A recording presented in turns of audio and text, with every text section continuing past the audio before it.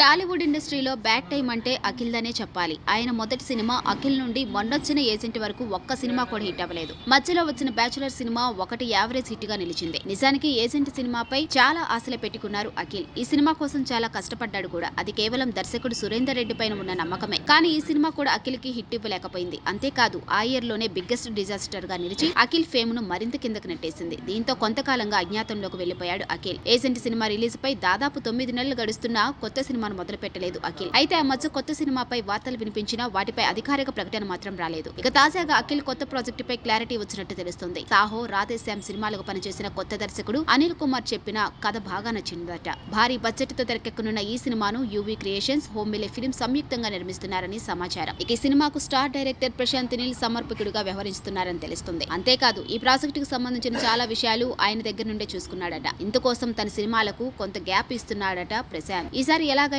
అఖిల్ కి హిట్ ఇవ్వాలని team fix అయ్యారట. ఇవన్నీ చూస్తుంటే ఈ సినిమాతో అయినా ఖచ్చితంగా హిట్ కొట్టాలని అఖిల్ ఫిక్స్ అయ్యాడని అర్థమవుతుంది. ఈ సినిమాకు సంబంధించిన పూర్తి వివరాలు త్వరలోనే అధికారికంగా ప్రకటించనున్నారు మేకర్స్. మరి ఈ సినిమాతో అయినా అఖిల్ హిట్ అందుకుంటాడా అనేది చూడాలి.